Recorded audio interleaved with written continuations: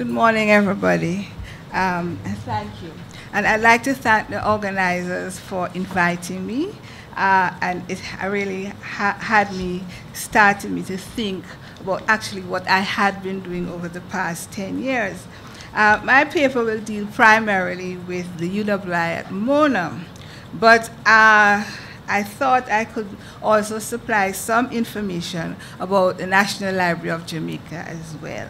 So the initial title of the paper is A Brief Guide to the Hidden Literary Manuscripts at the UWI at Mona. And I chose to do this because when Alison came to see me a few months ago, and I started speaking to her about the collections, I mentioned that we had the Roger Mays collection.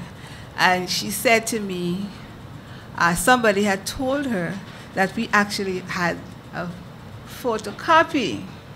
And of course, I was a little taken aback. And then I realized, well, nobody knows that we have these things. So the whole idea of the hidden collections came about. So this is what I'm going to do, is to talk about how we have started to do something about all these hidden treasures that we have at Mona.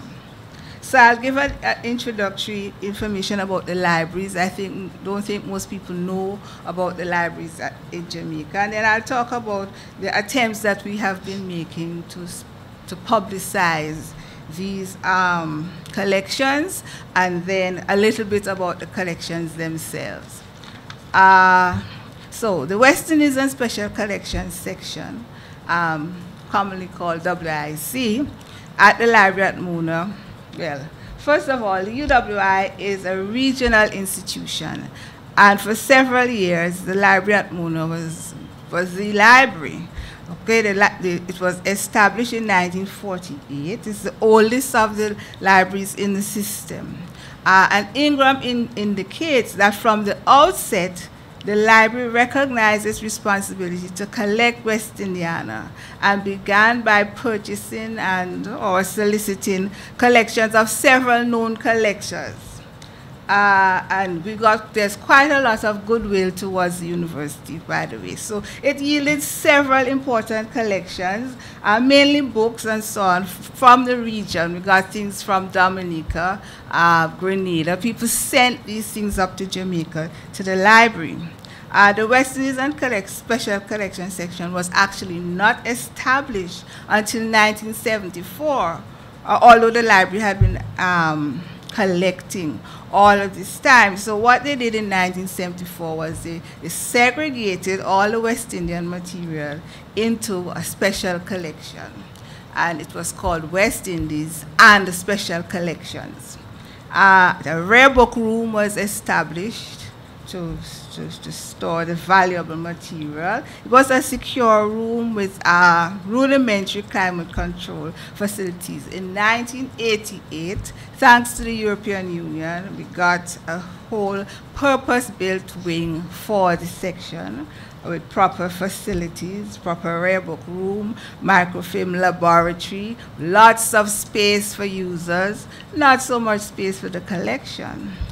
All right, so what happened after 1974 was it was a self-contained unit that did its own cataloging and so on. But the emphasis was on collecting. So they collected, but the cataloging never kept up. So that is why we have all of these hidden collections. The librarians at the time acted as gatekeepers for the collection. They knew the researchers, they could refer them to the material and so on. But there was no catalog of special collections. Books, the current books were cataloged, but the older material, people who do cataloging would know that cataloging special material takes a lot of time and effort. And people prefer, as a cataloger myself, to do the easier things first. So the harder ones get left behind, and those were the special collections. So, but the whole idea of the hidden collections came out of a white paper that the Association of Research Librarians Task Force on Special Libraries and Special Collections put forward in 2003. And in this white paper, they defined hidden collections as uncatalogued or unprocessed collections. Or under-processed collections, which is exactly what we have. And this paper also stated that there were two problems with that. It put the collections at risk because nobody knew they were there. So if they disappeared, nobody would know that they had disappeared. And also that the fact that researchers were not aware of the existence of these collections and could not use them. So, the emphasis has always been in West Indies and Special Collections on printed, published material. But Professor Ramchand's paper yesterday put some things in context to me that I couldn't quite understand before, because between 1967 and 1981, several literary manuscripts were collected, and then after that, nothing. Mr. Ingram, who was a bibliographer par excellence and who actually set up the collection, explained this by saying that there was no budget after 1980. But when I check it back, that period is the same period in which Professor Ramchand was badgering people to collect. So it coincides quite easily. So the first manuscript that was acquired was V.S. Naipaul's Miguel Street. This is no longer in the collection, by the way. There's a history to that. But from 1967 to 1980, we acquired several manuscripts. Professor Ramchand mentioned them yesterday, and the largest of those was our prized Roger Mays collection. So Alison would recognize. I don't think she recognized during the conversation how distressed I was that Roger Mays was said to be a photocopy, especially since Roger Mays was not a hidden collection. We had cataloged it, we had digitized it, it was in the catalog. If you Googled it, it came up. So I am at a loss to find out how anybody could say it was a photocopy, because Roger Mays is the one that was not hidden. It was the only one that was not hidden. Okay? All right. So, several things, we have had several milestones along the way that have impacted what has happened. And in 1988, we switched over to a computerized system.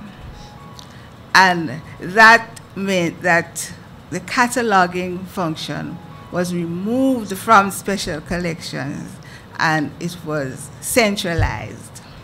So that put our Special Collections even further back on the list of priorities. All right, so that is National Library, and so sorry, that is UWI Mona Library, an explanation as to why these collections have been hidden for so long.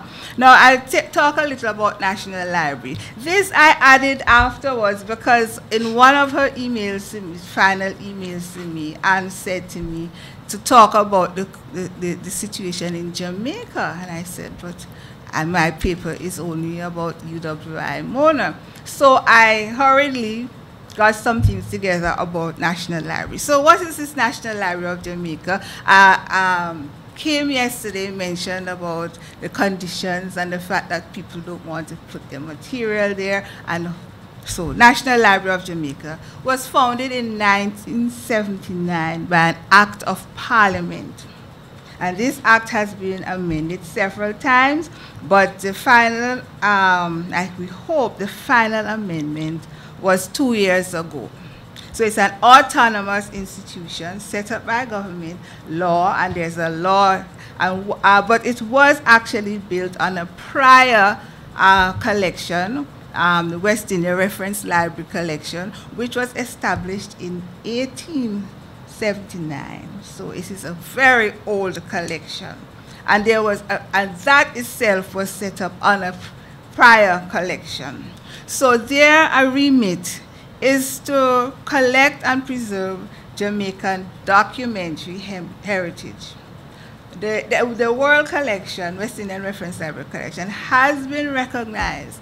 It is one, and not because I work there, but this is actually one of the best collections of West Indiana existing anywhere. But a lot of it is hidden. Its strength lies in the material from the late 18th century to the early 20th century. And I wouldn't call, they are not hidden in the sense of the UE collections, which are not cataloged and not processed, because they have actually processed them to a certain extent. There are actually some of them on the web page, their web page. If you look hard enough, you will find them. All right, but their listings of manuscripts do not include literary manuscripts. They only have the historical ones. And actually, that has been a weakness also at Mona. The emphasis has always been on history and on the historical documents. So what they do actually have on the website, a database of documentary heritage, and listed there only 2 literary manuscripts, which would be there's Walter Adolph Roberts that Kim mentioned yesterday, and our dearly beloved Roger May's collection. Right? But it is very difficult to find them. And actually, when I emailed and I spoke to them, they actually do not have an explicit manuscript collection development policy. But they collect when they become available. So they don't actually go out and look for anything. They just, if it comes available. Now, we are in Jamaica. If it becomes available in London, by the time we know about it, we go to get approval to buy it, and so on. It's gone. So actually, previously, they used to have an agent abroad who would look for the Caribbean things, but that no longer exists. They said they have no budget for acquisitions, but they are able to purchase when items become available. Right. So that's the National Library and the collection. So, as I said before, the literary things have really been overshadowed by the overemphasis, I think, on history and historical things. But the Department of History at Mona has always been a very strong department. And even actually within the library, if we are not careful, we will spend our whole budget on the history department because they keep sending. They come to find out why we haven't bought. Nobody else does that. So there's this, I must say, preponderance of historical stuff. Anyway, so coming back to the literary manuscripts now. You know, sometimes there are things that happen that at the time you don't recognize the effect that they will have on things subsequently. So in about November 2004, I was summoned to the campus librarian's office, and we had a very strange conversation. At the time, I didn't realize that it was so important. Otherwise, I would have paid more attention. But I kept saying to myself, this is a strange conversation. And it was more like an interview. And then eventually she said to me, you must be wondering why I'm saying all of this. And I said, yes. And she says, well, you know that the leader of the opposition is planning on resigning. But of course, the leader of the opposition had been planning on resigning several times before. So I didn't pay any attention to it. But what actually happened was, the Most Honorable Edward Siaga was resigning shortly, and the university was in negotiations with him to become a senior research fellow. And the vice chancellor at the time, Professor Rex Nettleford, and the principal, Professor Sir Kenneth Hall, were negotiating his transition from leader of the opposition to senior research fellow at UWI. And part of this negotiation included what was to happen with his papers. So his papers were to be deposited with the library. So we were sworn to secrecy and dispatched to Mr. Siaga's office to assess this collection, which I think amounted to about 4 rooms full of papers. So Mr. Siaga and his papers were moved from his office to the library. He was given office space in the library, and we were tasked in finding storage space for these hundreds of boxes of papers, memorabilia, all sorts of things. But it was a good thing. At the time, I was a little overwhelmed by all of this because we hadn't acquired, since 1981, we hadn't acquired any papers. So I had never personally had to deal with any papers. But it turned out to be a blessing for us because it put a lot of focus on the West Indies collection. People hadn't known about it before. It was in the newspapers, so there was a lot of publicity. And Mr. Siaga had deposited his papers at the UWI. Offices in the library. So we decided, so we started to brainstorm now. How do we turn this thing to our benefit? We set up a team. And, but what has happened since Mr. Siaga deposited his papers is that we have gotten 10 more collections of personal papers.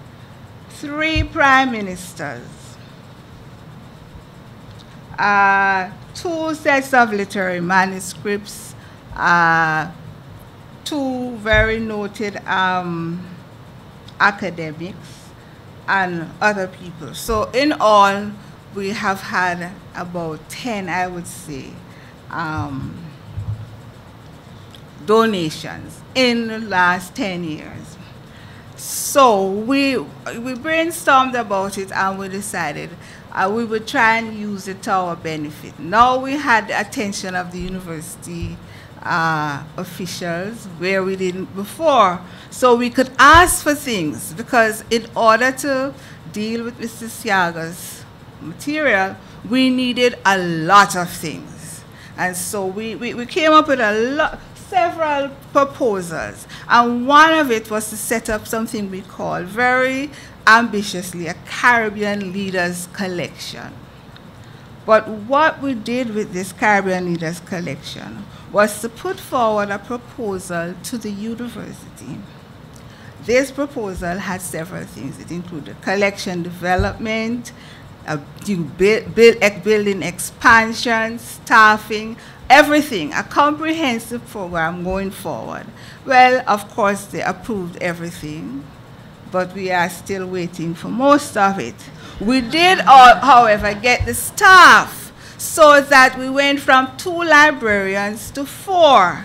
I mean, in the space of about 3 months, the staff had doubled. And they also redeploy people so that the quality of the staff. So actually, we do have highly qualified staff at the time. I keep telling people that the cleaner who does the books is auditing courses in the Department of Library Studies. So that is the quality of the staff we have now. So we have benefited, and what we have done is, although ostensibly all of this was to deal with Mrs. Siaga's collection, we have been able finally to start working with the other collections. So what have we done? Of course, since 1980, there was no budget, no collection development policy or anything.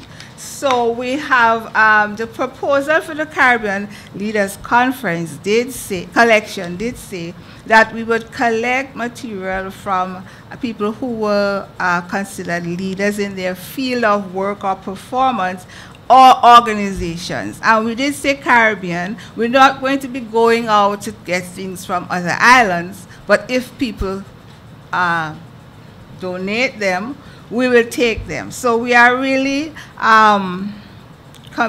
concerned mainly with Jamaica. Now, this seems to be in competition with the National Library, but we are not really competing. But if people are not, as Kim said yesterday, some people are not really comfortable giving their material to the National Library, it would be better that if we got it than for them to send it abroad. So we don't go out in competition. As a matter of fact, we have not solicited any of these gifts. They have all been donated. I would say, for example, that in the case of the John Hearn collection, I got a phone call from his daughter to say, Miss Salmon, we are moving, and I'm not moving with all these papers. Are you willing to take them? And I said, well, yes, no problem, we will take them. So I'm thinking this is something in the future. And then about 2 hours later, she calls me back to say, well, actually, I'm on campus. Where do I drop them off? And I said to her, okay, drop them at the back, you know, at the delivery entrance. And I'll come out there and meet you. And by the time I had gotten there, she had got there, dropped off her sterilite containers, and gone. And that's it. The whole John Hearn collection, a very large collection. The Tony McNeill, most people would not know of Tony McNeill. Tony McNeill was supposed to be the next best poet out of the Caribbean. Everybody who has reviewed his material says but unfortunately he committed suicide and he left his things in disarray. And his sister had gotten in touch with Professor Mervyn Morris, Professor Emeritus in Literature, and said that she had these papers, what was she to do with them? And he called me, and I said, yes, bring them over. And Professor Morris turns up with a battered suitcase with the paper just thrown in. And I actually, you know, looked at it and thought, well, what are we going to do with this? But I'll tell you about that later. It turned out to be much better than I thought. Anyway, so we decided to try and make the best of the situation. So, and to now use the impetus that we got from getting Mr. Siaga's papers to turn it to our benefit. So we did a lot of work. We had to learn a lot in a short space of time. We developed a new collection development policy, both for the regular West Indian collection, books and so on, but especially for the special collections. We had to consult with the legal department. I had to go and learn a lot about copyright. Now all the copyright questions come to me. And we had to consult other libraries in the region. We had to write several manuals because we had never done anything with them. We had just collected them and they sat there. So we had to do processing manual, technical manual for digitization, user policies. Again, we had to revise policies for reproduction, staff training. We had to send people abroad, especially people who were going to deal with the digitization, because there's nobody else doing it. So people went abroad. But what we did with all these attachments, several people came down. I think it's 3 librarians, came down to St. Augustine at different times. Lorraine must know. We kept bothering her, And what has happened is that now, whereas in the past the UE libraries were like separate units, we tend to do a lot more cooperative work. So we email backward and forward. There's a new system that you can actually phone direct, but I've never been able to get it to work. It works, but I haven't been able to get it to work. But so we collaborate quite a lot with St. Augustine because they are ahead of us in this regard. But we have had attachments abroad, conferences, training, and so on. But one of the things we have done is that when people come back, because we meet as a staff usually once per month, And when people go abroad, when they come back, they have to report to the whole section what they learned. So that so everybody's there. It's a meeting of all the staff, the librarians, the technical people, clerical service people. We meet together once a month, and we sort of go around the table and people say what they have done. So everybody is aware of what is happening, and so there's a buy-in from the staff that is really quite good. So whenever people go abroad, in addition to the official report that is sent up to the campus librarian, they report to the section what they have learned or what things that they have seen that they feel that we could do as well. So we have actually done quite a lot of work and training. We have started doing the finding aids, and what we do is we also go through the finding aids and people critique them so that we could see, you know, what we have missed and so on. And of course, we have all been trained in grant writing because there's no budget. So we have to write lots of grants. The good thing about it is that what we also did was that we insisted that all the librarians in the section, well, actually, we already had 2 trained catalogers and staff who were not cataloging because cataloging was centralized. So what we did was we insisted that everybody, all the librarians in the section must be able to catalog. And the end result of all of this was that suddenly cataloging it wasn't necessary to have the cataloging centralized anymore. So all the librarians now have access to the online cataloging module. So when they process the collections, they catalog them as well, and they go up. Actually, usually they are cataloged and represented in the catalog even before we have finished actually processing them, so that at least they're not so hidden anymore. And as we add information, we add it to the catalog. So we also have a digitization program, and the Roger Mace collection has been digitized. That was our first project. And for people who are working with limited resources, there is a lot that can be done with the limited resources, because we still don't have a digitization lab. And our first digitization program was actually done in the assisted reading room, because we had in there we had the equipment for the visually impaired students, which included a scanner. And the librarian who has responsibility for digitization recognized that the visually impaired students never came into the library until the afternoon. So a scanner was sitting in there. That's the scanner that was attached to their reading equipment. Scanner was sitting in the reading room, not used all morning. So we trained a student who went into that room every morning and scanned the material. And then they had to take it, they did it onto an external drive, and then they took that external drive to some other computer and did the editing after. And that was how we completed several of our first sets of digitization programs because we decided we were not going to wait until we got the equipment, because equipment was there that could be used already. And so we have been able to do quite a lot with the limited resources that we have.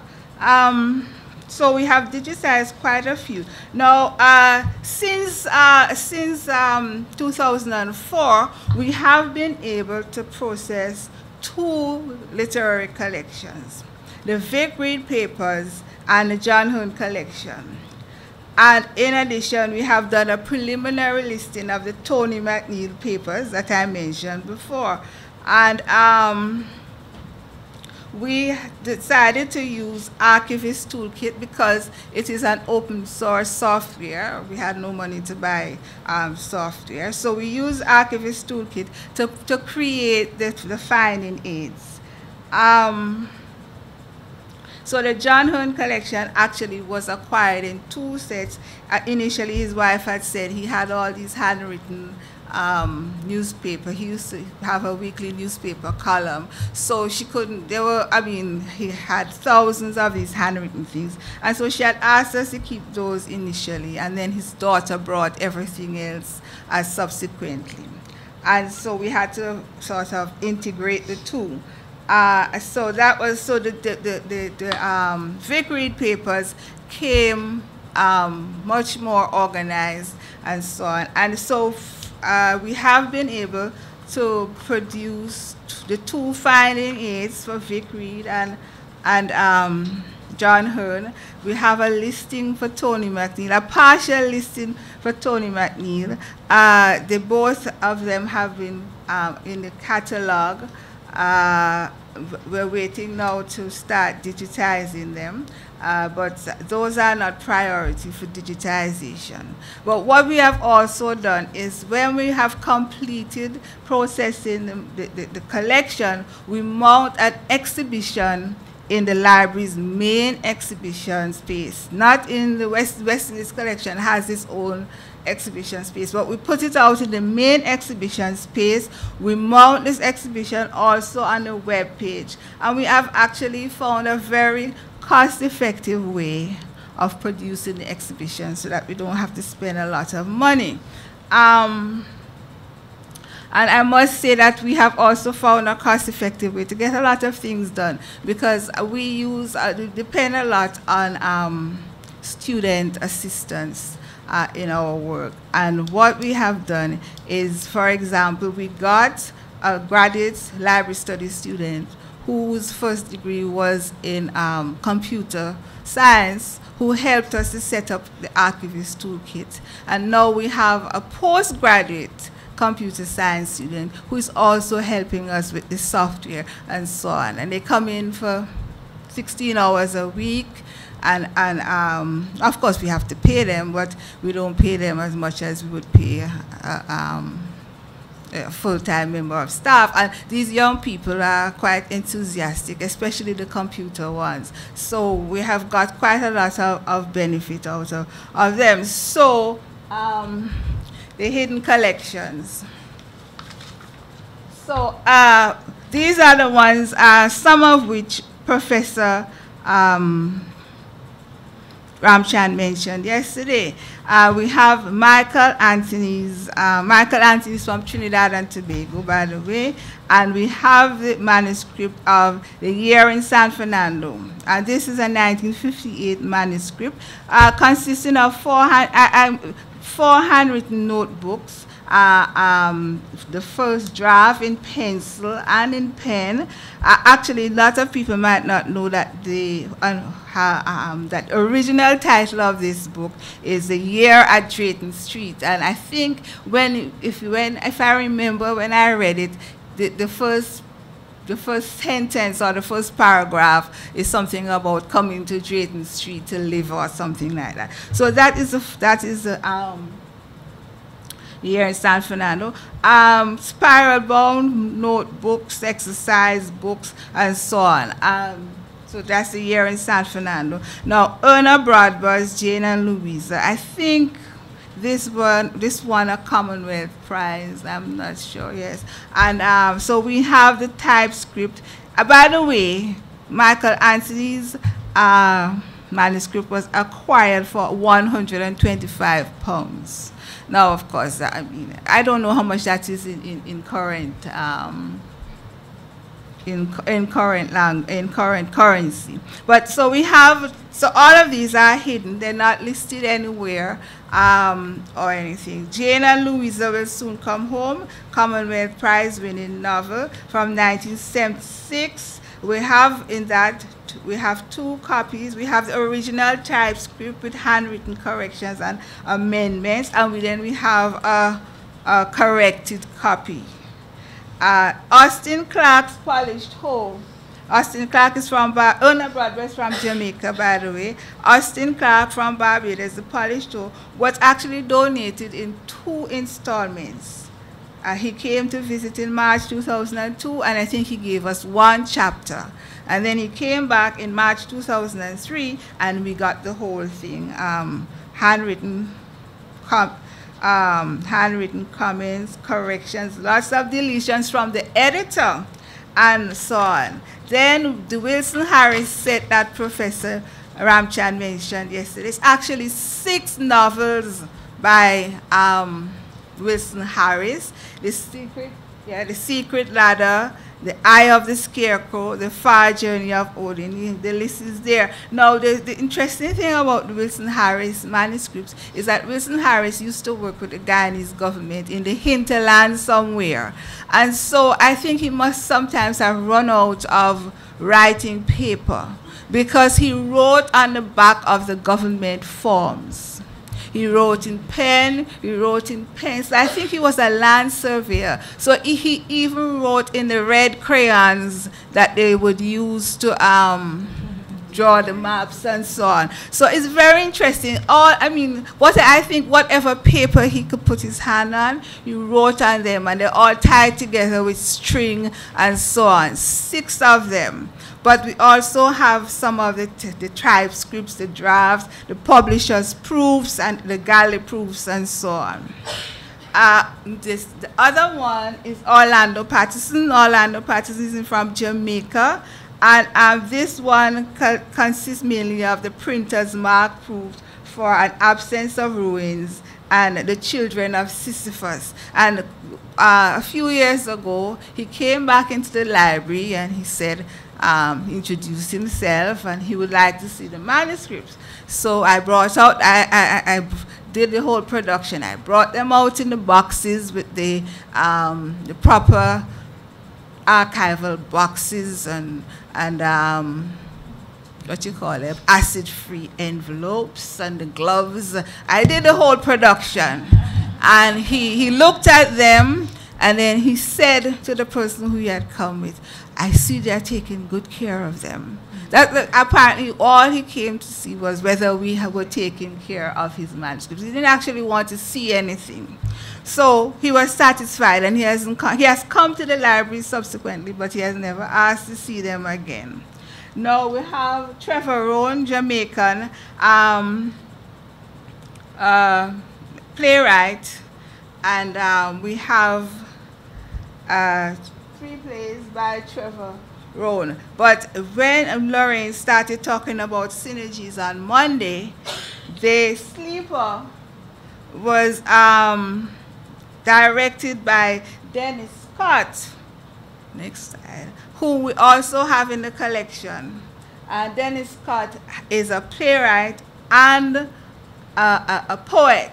So we have the typescripts, Chariots of Wrath, and I have there a festival award-winning play. Every year in Jamaica, we have this festival of the arts, and people write plays. There's a literary part of it. There's music, there's dance, there's art, and it goes on from about May, and it culminates at Independence in August. And a lot of the Jamaican writers actually have their first sort of exposure in this festival. So the first play was actually award-winning in 1966. So we have the typescripts of all of these. So Dennis Scott is actually in 2 places, because what we have in the Trevor Rowan collection is his production script of the play Sleeper as well. Now, for Uncle Time, that includes the notes from Professor Mervyn Morris as well. So then, lots of people don't know this one, but we have Derek Walcott's Another Life. We have everything. Actually, Another Life started off as a novel. I'm sorry, started off as prose. So we have the notebooks, we have spiral-bound notebooks, about 4, where it starts off in prose and eventually evolves into poetry. And then we have the master proofs, the corrected page proofs, the galley proofs, the final printout, and then, of course, the first edition. So we have another life from conception to publication. All right. So now, National Library. National Library has quite a lot. There's a manuscript catalog on the NLJ website. But as I said earlier, you have to look for it. It's not immediately obvious to you that it is there. And all it does is provide an entry. There are no descriptions. There are no findings or whatever. And so I did ask them, and they sent me 2 lists, but I still have all I have is the authors' names. And in 1 or 2 cases, I have titles. So Tom Redcombe was Poet Laureate of Jamaica. Basil McFarlane, Claude McKay's My Green Hills is in Jamaica. That's one of his biography. Archie Lindo, Una Marson, one of the early women writers, Walter Adolph Roberts, who was mentioned earlier. I understand that this is the Adolph Roberts collection is a relatively large collection of material. Philip Sherlock and the Louise Bennett that I mentioned yesterday. 50 boxes, actually. Yeah, but those are not only literary, there's a lot of her business and other papers as well. So in addition to these collections at National Library, though, they have, very importantly, the papers of the Poetry League of Jamaica, which includes a lot of the early writers like Vivian Virtue, some Claude Thomas, H.G. DeLissa, Tom Redcombe, Roberts again. And their list also includes something called the Minute Book of the Colonial Literary Reading Society and a magazine of the Jamaica Local Literary Association for 1913 and 1915. All of these, most of these things that they have there are pre-1930. So this is the early, we're not talking about post-colonial that everybody's talking about. This is the early Jamaican literary history and so on. So it is, I think, a very important and useful collection, but it's just not visible. And Kim mentioned that it is, even if you go down there, it is not accessible, because if you went down to ask for the Louise Bennett collection, some of the staff may not even know that it is there. And I worked in it for 15 months. It's a very, it has a lot of information. The earlier Louise Bennett, when she used to do her radio programs and things like that, which are important because Louise Bennett was a did a lot of social commentary. People didn't recognize this, and even I didn't until I started reading them, so that you get an idea of what was happening in Jamaica at the time, because she commented on whatever was happening. So they do have quite a lot of stuff. I am sure that there are other things down there, but they haven't listed them. All right, and I wasn't able to go because, as I said, I was doing UWI Library, and then about 10 days ago I said, well, maybe I should just add something about the rest. So between NLJ and UWI, we have quite a fair representation of manuscripts. But the realistic assessment of the situation is that the lack of resources and the absence of a deliberate collection policy limits the ability to actually purchase the manuscripts. Quite a few of them have gone abroad, actually. And while I believe that there will continue to be deposits from patriotic authors, actually right now we are in negotiation for 2 more collections. I know we will get one, definitely. The other one I'm not so sure. Because the families will deposit. But we can't really discount the pull of the overseas collectors who have the resources to purchase these collections. So I feel that this diasporic literary archives project would benefit us, because at least we would be able to identify where the resources are, and this will help our researchers in being aware of their existence. And and we will just have to apply, use ICT, digitization, and so on, so that we could at least provide access for research and teaching.